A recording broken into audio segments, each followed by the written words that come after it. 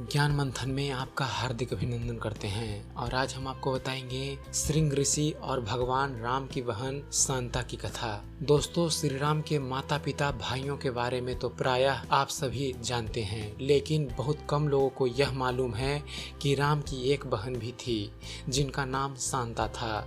वे आयु में चारों भाइयों से काफी बड़ी थी। उनकी माता पिता कौशल्या थी। उनका विवाह कालांतर में श्रृंग ऋषि से हुआ था। आज हम आपको श्रृंग ऋषि और देवी शांता की संपूर्ण कथा बताएंगे। ऐसी मान्यता है कि एक बार अंग देश के राजा रोमपद और उनकी पत्नी वर्षिणी अयोध्या आए। उनके कोई संतान नहीं थी। बातचीत के दौरान राजा दशरथ को जब यह बात मालूम हुई तो उन्होंने कहा, मैं मेरी बेटी शांता आपको संतान के रूप में दे दूंगा। रोमपद और वर्षिणी बहुत खुश हुए। उन्हें शांता के रूप में संतान मिल गई। उन्होंने बहुत स्नेह से उसका पालन पोषण किया और माता पिता के सभी कर्तव्य निभाए। एक दिन राजा रोमपद अपनी पुत्री से बातें कर रहे थे। तब द्वार पर एक ब्राह्मण आया और कि वर्षा के दिनों में वे खेतों की जुताई में शासन की ओर से मदद प्रदान करें। राजा को यह बात सुनाई नहीं दिया और वे पुत्री के साथ बातचीत करते रहे। द्वार पर आए नागरिक की याचना न सुनने से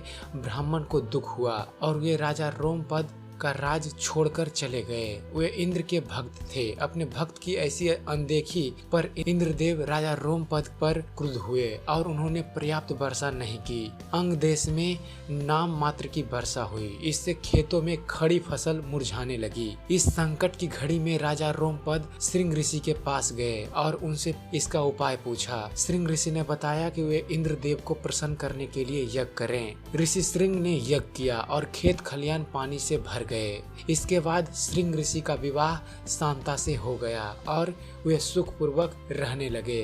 अब आपको बतलाते हैं थोड़ी सी जानकारी श्रृंग ऋषि के बारे में। पौराणिक कथाओं के अनुसार ऋषि श्रृंग विभांडक तथा अप्सरा उर्वशी के पुत्र थे।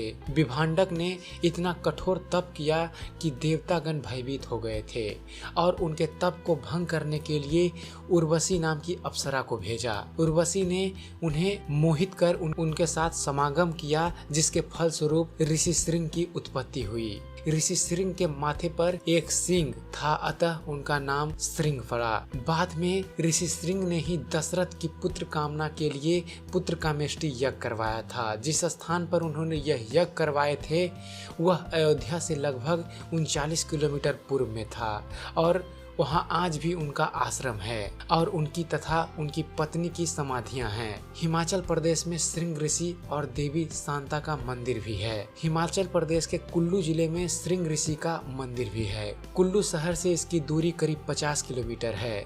इस मंदिर में श्रृंग ऋषि के साथ देवी शांता की प्रतिमा विराजमान है। यहाँ दोनों की पूजा होती है और दूर दूर से श्रद्धालु इनके दर्शन के लिए आते हैं। तो आशा करता हूँ आपको हमारा ये वीडियो पसंद आया होगा। अगर जो आपको हमारे चैनल पर दी गई जानकारी पसंद आती है और आप ऐसे ही इसको देखते रहना चाहते हैं तो हमारे चैनल को सब्सक्राइब करना ना भूलें। हमारे चैनल को सब्सक्राइब कीजिए और देखते रहिए, जानते रहिए। धन्यवाद।